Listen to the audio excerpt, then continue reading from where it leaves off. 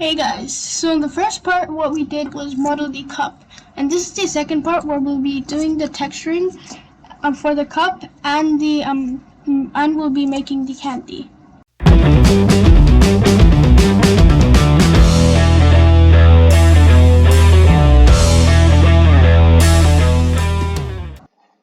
Okay, so we've created this. And now what we want to do is go into the shadings properties to make this look like glass. So go into the shading properties, click new, and delete the unprintable BSDF. So delete. We're going to add a glass BSDF. And so we've created something that looks like glass, but still it doesn't look entirely like glass. So if we go into rendered view, we won't see anything. And that's because we still have to add lighting to it. So go into object mode over here. Select object, go into world, and we're gonna add a environment texture. And the HDRI for that will be in the link below. So we're gonna open up the file. So you won't see it on my screen because you will be able, when you choose this option, you will see a new tab where you can choose the where you can choose the HDRI you want to. Just give me a second, I'll get the HDRI there. So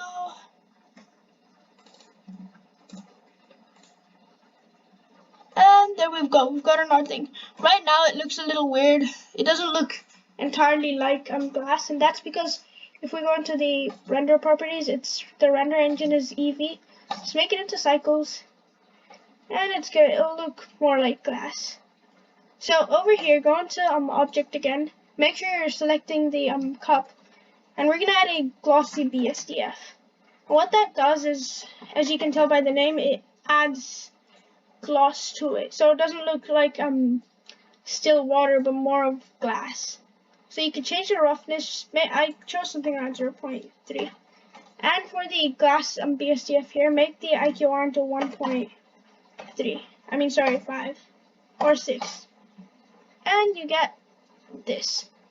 And for the lip that we've created above here, open up a new create a new texture again. But we don't have to add a glass BSDF to this. We're just gonna make this into some kind of pink color to make it look like rose gold, or you could choose orange, whatever color you want, and make the metallic really high. And tune down the roughness a little. So we create something like that. So now once we go into layout, we're gonna create the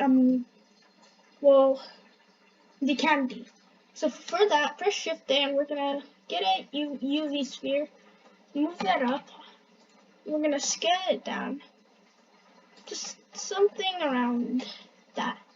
Okay, now right click, shade smooth. So for this, we could add any color you want, but I'm gonna add this really cool swirly looking candy texture. So to do that, go into shading. I'm just gonna go into texture preview mode here, and click new texture.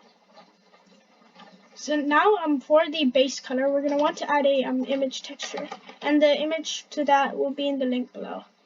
So we're going to connect the color into base color over here, and we're going to connect the color into a bump node. So Shift A, we're going to bring in a bump node, put it down here, and we're going to connect the normal to this normal, and the color for this to height. And what this essentially does is, over here, it adds the base color or the image to the object, and what the bump node is for adding kind of height to the object. So I'm just gonna open up the file real quick.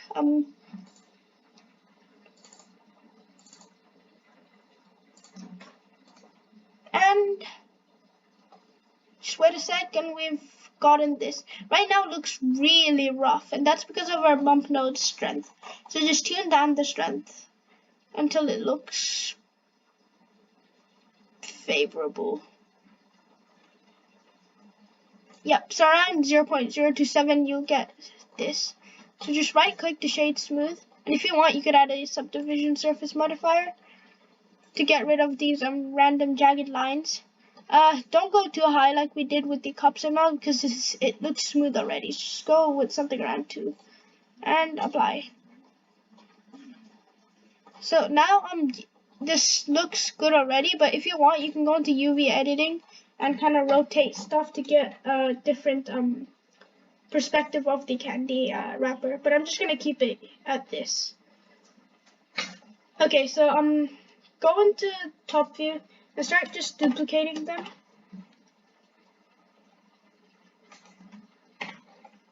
Actually, we don't want to duplicate now because we want to add the physics properties and then duplicate. So go into, choose the cup here, and we want to add a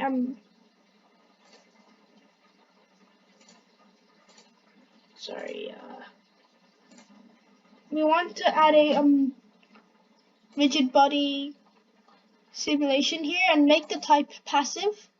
And what happens is it acts as a barrier for the ball that's gonna be falling down here. So click on the sphere here and add a rigid body, but this time just leave it at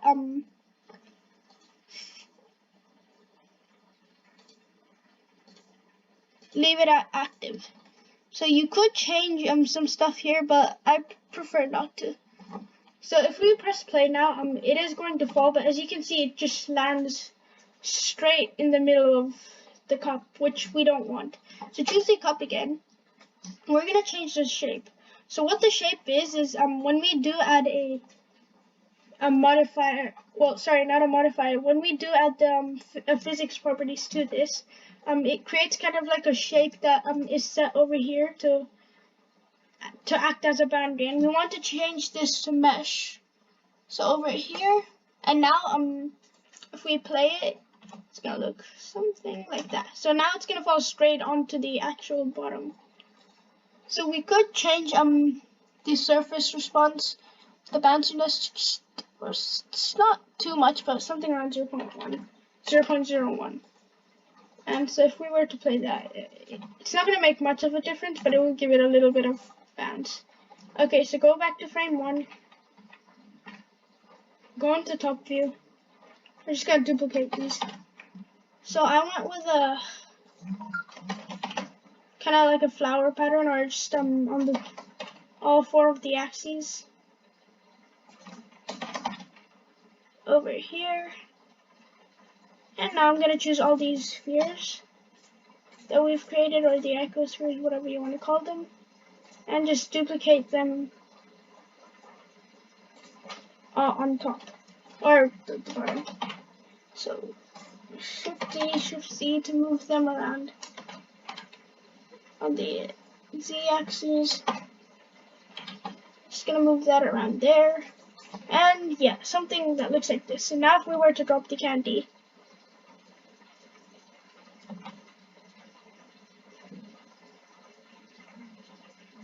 it will fall. If it starts going crazy, don't worry. It's just because you might have put too much candies on the simulation. So now for the cap, we start off with the same thing as we did with the cup. Add a circle mesh over here. Tab to go into edit mode, and F to create a face. Now go into the top view and scale it down until it fits the cup. So something like that. Now we're gonna want to go into the y-axis or the x-axis, anything, and move it up until it fits the jar. So until it's on top of the jar.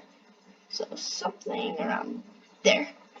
So now go into edit mode, and we're gonna want to create a face. So choose face mode, click on the top face, and press insert to insert a face. Just gonna choose something around here, and I'm just gonna move it up. So until it's a good size. Now we're gonna want to insert another face. It's gonna be a really tiny face. So then just extrude it this time on the Z-axis. And if you want, you could scale it up.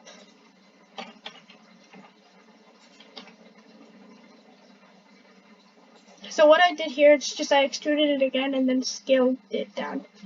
Okay, so here, you could add another control or a loop here and just kind of scale it up, or bring it up if you want. And it's gonna create kind of like a lip or a pothole. And we want to add a Solidifier Modifier to this. So over here, add a Solidifier. So which will be somewhere around here. Just give it a thickness of 0.02. Add another modifier, which is the Subdivision Modifier, and we want to move this above the Solidifier. And change this to 2 as well. And we've created this. If you don't like how it's turning out, you could get rid of the Solidifier. So I'm just gonna move this up.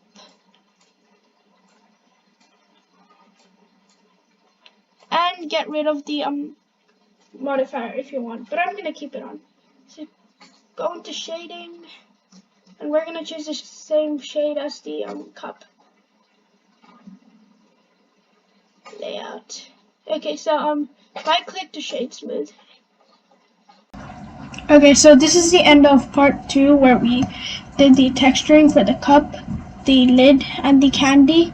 In part 3, which is the last part, we will be doing the camera motion and the animating.